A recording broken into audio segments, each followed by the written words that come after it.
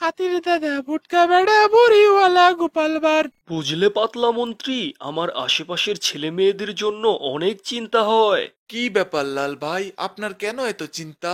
এখনকার মেয়েরা প্রেম করে সাকিব আল হাসানের মতো হ্যান্ডসাম ছেলেদের সাথে, আর বিয়ে বসে চান্দিছুলা ভুঁড়িওয়ালা সেফুদার মতো লোকের কাছে।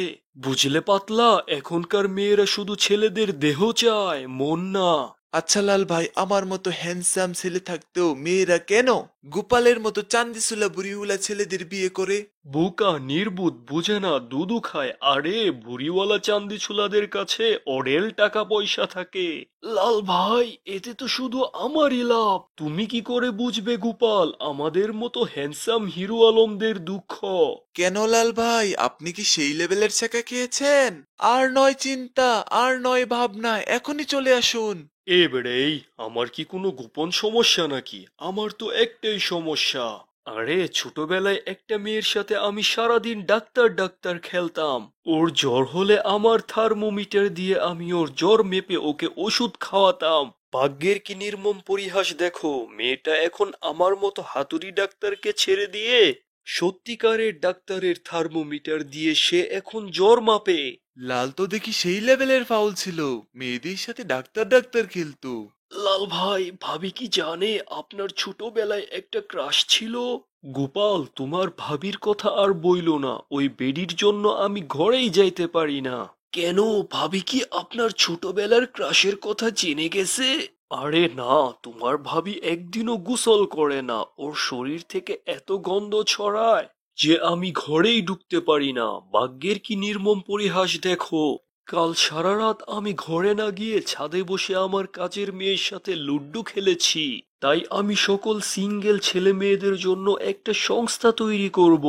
সেই সংস্থার কাজ হলো, যদি কোনো মেয়ে হিরো আলমের মতো হ্যান্ডসাম ছেলেদের সাথে প্রেম করে আর বিয়ে করে যদি সেফুদার মতো চান্দিছুলা ভুঁড়িওয়ালাকে, তাহলে আমি বাংলাদেশ দণ্ডবিধি ৩৯ ধারা মোতাবেক সেই মেয়েকে পুরস্কারে দণ্ডিত করব। লাল ভাই, এটা কেমন বিচার? মেয়েরা আমাদের দেহ নিয়ে খেলা করবে আর আপনি ওদেরকে পুরস্কৃত করবেন? আমি ধিক্কার জানাই সেই সকল ছেলেদের যারা হিরো আলমের মতো হ্যান্ডসাম হয়ে মেয়েদের কাছে ছ্যাঁকা খায়। আমার এই সংস্থার শুভ উদ্বোধন হবে আগামী শুক্রবার, আর প্রধান অতিথি হবে আমাদের সবার প্রিয় সিঙ্গেল বয় মকবুল চাচা। পাতলা, তাড়াতাড়ি একখানা পত্র লিখে মকবুল চাচার কাছে পাঠাও। সামনের শুক্রবারে আমরা এইখানে ডিজে পার্টি দিব, মকবুল চাচা যেন সময় মতো এইখানে উপস্থিত থাকে। ওগো, তোমাকে আজকে এত খুশি লাগছে কেন গো? আর বইলো না, লাল ভাই এই শুক্রবারে ডিজে পার্টির অ্যারেঞ্জ করছে। ওগো, তুমি কি আমাকে ডিজে পার্টিতে নিয়ে যাবে না? ঘরে আছো, ভালো আছো, পার্টিতে যেও না। ওখানে গেলে লাল ভাই তোমার পিছু ছাড়বে না। দুষ্টু বাবা, আপনারা ডিজে পার্টি করবেন, আমাকে তো কিছু বললেন না। তোমাদের জামাই ডিজে পার্টিতে নাচার জন্য তিরিং বিরিং করে চলে এসেছে। বাবা, ডিজে পার্টিতে না আপনি সানিয়া পারে সেই গানটা পানি পানি সেটা ছাড়তে বললেন, আমি ঠিক তার মতো কোমর দুলিয়ে নাচতে পারি। তোমার যেই গানে ইচ্ছা সেই গানেই নাইচো, কিন্তু দয়া কইরা লালের সামনে নাইচো না, নইলে লাল কিন্তু তোমাকে নিয়ে আবার ভাইগা যাবে, পরে আমার মেয়েটা বিধবা হয়ে যাবে। যা দুষ্টু বাবা। A few moments later. ভগবান, এটাই সুযোগ লাল ভাই আর গোপালকে শিক্ষা দেওয়ার। আইনে কেমনে শিক্ষা দিবাইন পাতলাদা? সামনে শুক্রবারে মকবুল চাচা আমাদের এলাকায় আসবে, তাই লাল ভাই মকবুল চাচার জন্য 2টা পিঙ্ক কালারের আন্ডার ওয়্যার কিনে রাখছে, যেটা পরে মকবুল চাচা পরিমনির সাথে সুইমিং পুলে নেমে নাচানাচি করবে। আর এটার সুযোগ নিয়ে আমরা মকবুল চাচার পিঙ্ক কালারের জাঙ্গিয়া সরিয়ে দিব, আর সেখানে আমার মাপের লাল কালারের জাঙ্গিয়া রেখে দিয়ে আসবো।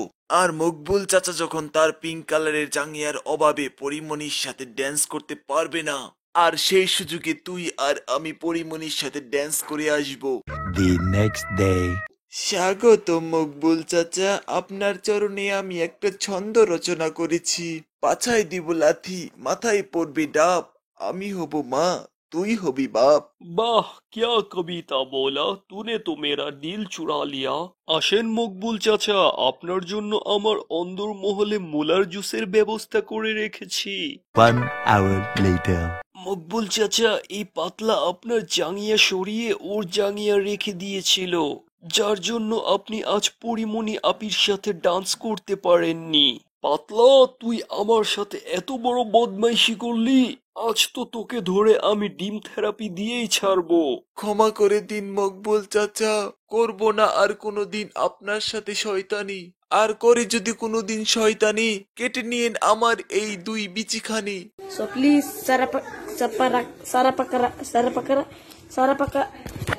Sarapakara. Yes, yes. Okay, thank you.